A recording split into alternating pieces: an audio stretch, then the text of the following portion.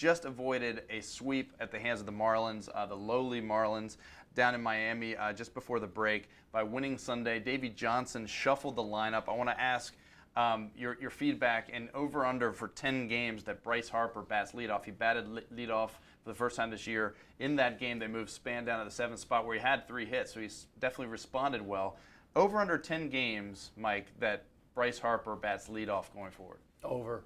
Over 10. Over. I think Davey Johnson is in a situation where he's not going to manage another baseball season in the major leagues, and according to the Nationals anyway. And I think that he's going to cut and paste and turn into any kind of mosaic he can to get that team to the postseason. And I think that will include batting Bryce Harper more than 10 games in the leadoff position.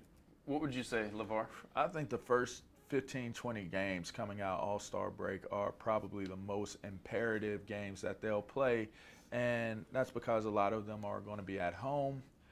I would say, if I'm a betting man, as long as it's working, and they seem to have some success, I think 10 games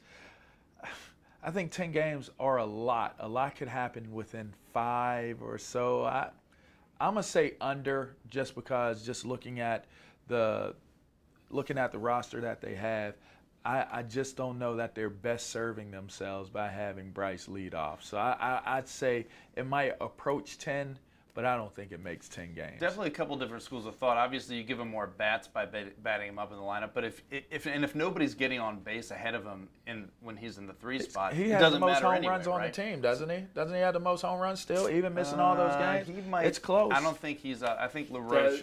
Does LaRoche have him? And Desmond's up there too. I bet you if you do game percentage per home run, he's only got 13. You don't want single. Per capita, Yeah, sure. You know what I mean? Well, he's still your best hitter. You don't want him batting lead you don't off want that long, lead. You don't want him. You just on got to lead. figure out who can set the table ahead of him. I- Lots of other. I would put iterations of Worth that up first before I put Harper up to lead off. I think Worth in the number 2 spot. because he can get off. He's a number 2 hitter. I think But he can get on base. But Rendon fits in there too, and he's been succeeding. So Ramos is batting .410 over his last 10 games. No, it's actually 412. .412 over his last. Thank you for. Yeah, no, I've been doing my homework. I've been doing my Splitting homework. those hairs. I've been doing my homework for the show. I just want to let people know. Thank you, Mike. Yeah, and so Wilson Pat him on the Ramos. back. Wilson Ramos has turned into a power hitter overnight, it seems, and I think that you do need to. The 8th position. I don't know. Move him how. up. Yeah, move him up. Move him up.